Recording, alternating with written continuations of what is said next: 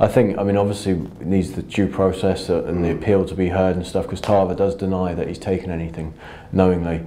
I think you're right though. I mean, if you've got a front man for your business, your organisation, you obviously want them to be squeaky clean, so to speak, don't you? So yeah, that'll be interesting. Now, I don't know if you were particularly surprised, but obviously Larry tested positive last week.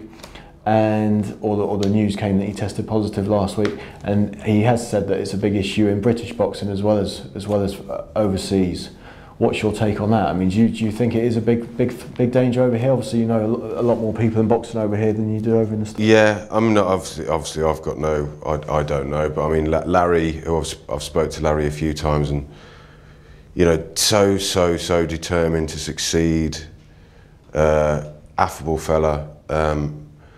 But you know, the fact that he's caught is one thing. It's his comments that he's made afterwards, which is more concerning.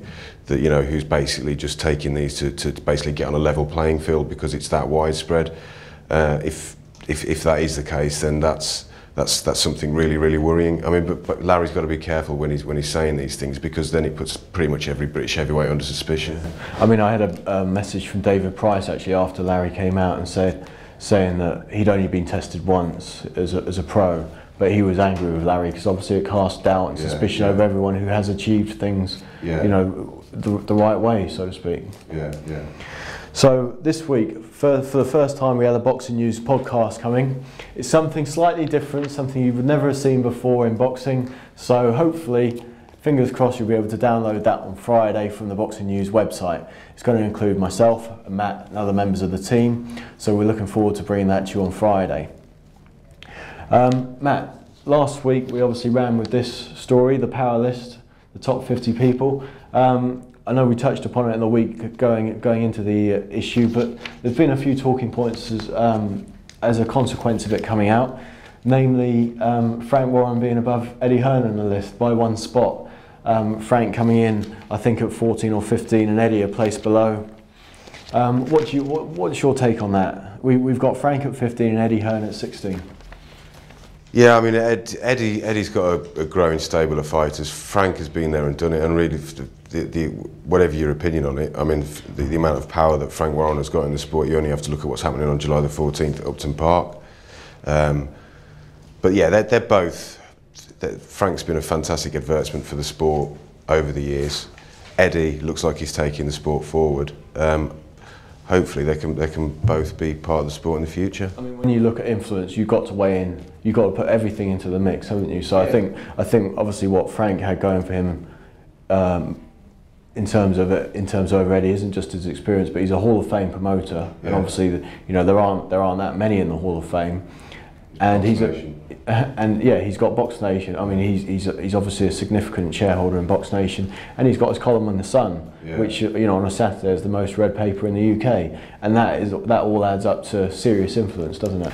Now, Matt, I know you hold the big men in the sport very close to your heart. You know, you've got all kind of weird, kooky obsessions with big heavyweights, namely Bert Cooper, who, there we go, I've done it. I've got his name mentioned in one of these things now. So I know that you've always had an interest in the heavyweights. I mean, what do you make of the division now? Last week, you know, we had Jack Obermeyer ringside at Thomas Edemek and Eddie Chambers. It was a good match on paper. Jack was bored stiff out there. You know, so what do you make of the division and those guys? I mean, can they make a serious run at either Klitschko brother, or are they just the best of the followers? It's easy to get depressed with the heavyweight division. It's not a great level. It's not a great standard. But I think that it never really has been, apart from maybe one or two golden eras. The very top is generally strong, like the top one or two is always very strong. But then below it, you've just got this. Generally, you've just got a mix of styles, of abilities, personalities, drug habits. Yeah, it's not great at the moment. But the thing is, the Klitschkos I do rate the Klitschkos as strong champions. I think Great Britain at the moment has got a fantastic set of fighters coming through at heavyweight. David Price, Tyson Fury, if he chooses to fight somebody who can test him. Hay and Chisora, if they were fighting under different circumstances, I'd be bang up for that fight. there's a lot of talent in Britain at the heavyweight division. Yeah. Okay.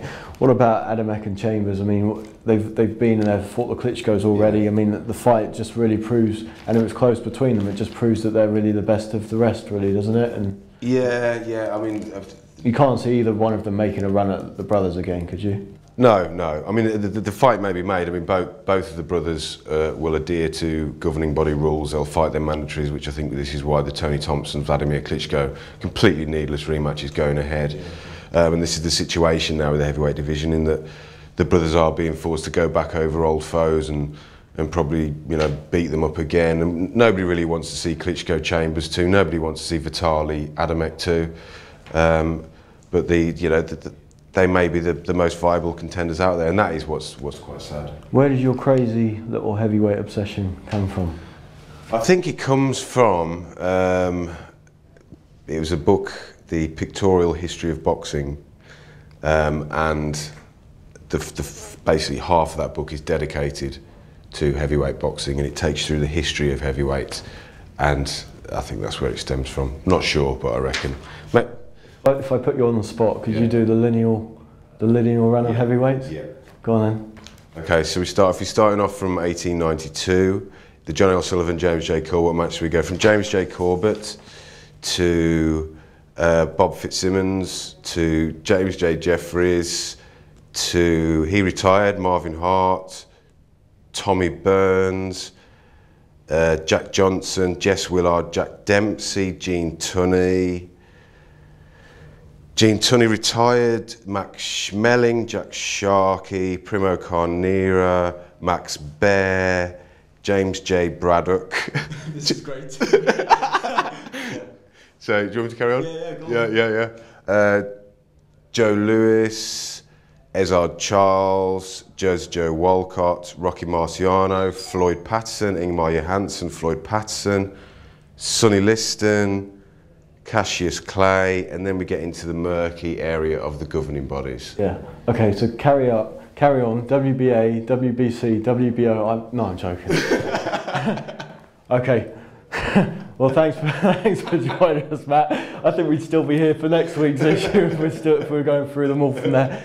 But anyway, look out for our podcast on Friday.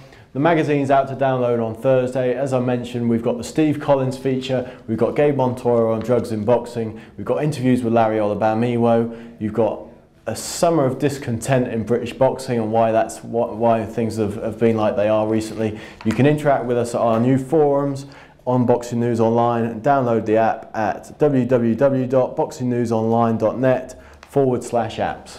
I think next week, actually, you've been so good, you've earned a spot in this chair, so maybe you can present and we'll have a couple of the guys talking to you. We'll look forward to that. Consider that a promotion.